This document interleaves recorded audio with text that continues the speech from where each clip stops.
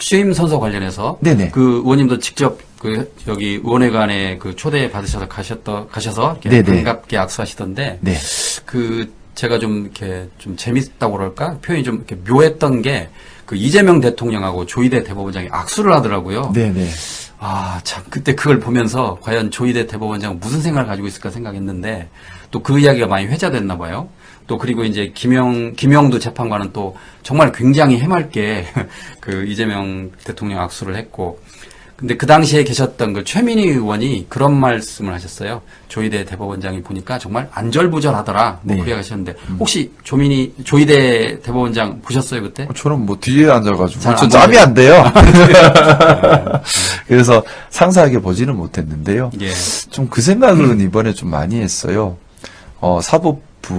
사법부가 더 국민을 받들어야 한다는 겁니다. 뭐냐 하면 사법부 권력도 권력입니다. 사법부가 권력을 갖고 있는 이유는 국민들을 잘 받들기 위한 것이고요. 사법부가 국민을 잘 받드는 방법은 정의를 추구하는 것입니다. 근데 정의란 게 뭘까요? 상대적인 거죠. 근데 그것만큼은 분명해요. 우리 국민들이 상식선에서 합의하고 동의할 수 있어야 합니다. 그게 정의인 거죠. 우리 국민들이 상식선에서 합의하고 동의할 수 없는데 소수의 일부 법조인들이 합의하고 동의한 것을 다수의 국민에게 관철하려고 한다면 그건 정의롭지 않다는 생각이에요. 반민주적이고 포갑적인 형태의 강요지요.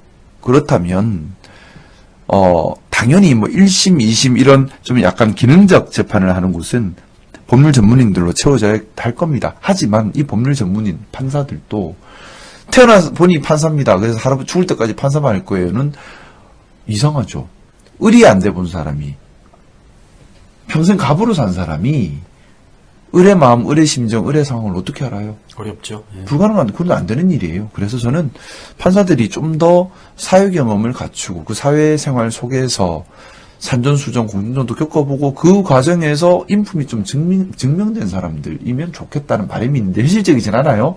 그럼 그나마 현실적인 건 변호사로서 좀 공익활동을 많이 했고 변호사로서 정의롭다고 평이 난 최소한의 경험이 있는 사람들이 좀 왔으면 하는 바람이 있고 대법원 구성은 좀 달리 했으면 싶어요. 얼마 전에 안 그래도 대법원 구성을 할 때 법률 비전문가를 넣자는 말이 나오니 반발이 강하게 일었던 것으로 알고 있는데 저는 그렇죠. 예. 필요하다고 봅니다. 그래서 민주당이 그 안을 철회하는 걸로 알고 있는데요. 다시 논의해 봐도 되지 않을까요? 아, 예, 예. 철회했다고 해서 영 논의를 못하게 할 필요는 없죠.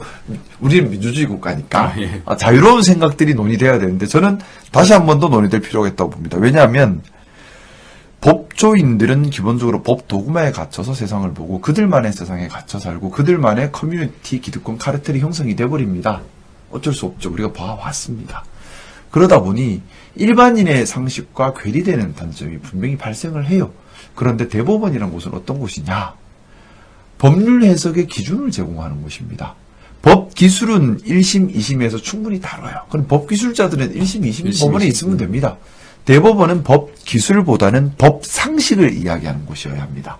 법 상식, 정의, 무엇이 정의인가를 추구하는 법 상식에 일반인의 상식이 들어가지 않는다면 법 상식을 할 수가 없겠지요. 예. 그러면 충분히 현명한 또 충분히 일반인의 상식을 반영할 수 있는 사람들이 대법원의 전원합의체 판결에 함께 할 수 있다면 정의로운 법 기준을 세우는데 저는 도움이 될 것이라고 생각해요. 문제는 어떻게 그런 사람들을 선별해내느냐 하는 거겠죠. 그것만 그 제도에 대한 연구만 잘 해낸다면 대법원이 더 정의로운 법 기준을 제시하는데 도움이 될 거라는 생각이고 대법원은 기본적으로요. 개별 사건에 함부로 들어가면 안 돼요. 법 기준을 제시하는 곳이라서 그렇습니다.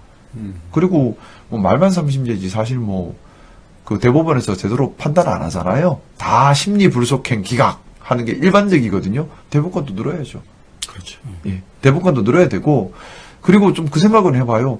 뭐 이건 좀 창의적인 생각으로 기능적으로 대법원을 좀 나눠볼 필요도 있어요. 뭐냐면 새로운 법 기준을 제시하는 대법원과 말 그대로 1심, 2심, 3심 한 번 더 판단 받아보는 기능을 하는 대법원은 다를 수 있지 않을까요? 좀 더 기능적으로 우리가 창의적인 생각들을 보태볼 필요가 있다라 생각해 봅니다. 저는 그래서 우리 의원님과 이런저런 이야기 나눌 때마다 느끼는 게 의원님은 진보인 것 같아요. 왜냐면 보수예요. 보수지만 누구보다 그 다양성을 인정하시고 미래에 대해서 다양한 의견을 가지고 있잖아요. 어떤 한 틀에 얽매이지 않고 이것도 해보고 저것도 해보고. 그러니까 근데 제가- 건강한 보수로 제가 해석하겠습니다. 제가 보수라고 말씀드린 이유가 뭐냐 하면, 예.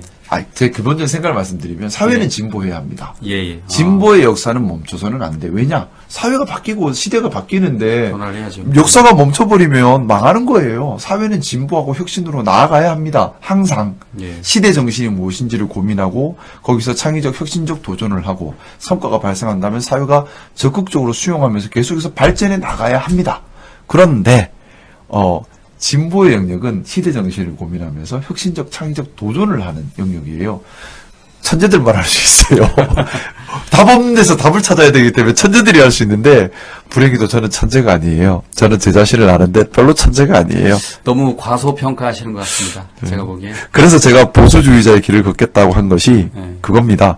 보수는 원칙을 지키고 사회의 안정을 지키면서 상식을 지키고 공정을 지켜서 사회의 체력을 단단하게 해서 진보가 새로운 도전을 해서 발생하는 사회적 충격을 흡수해 주는 겁니다.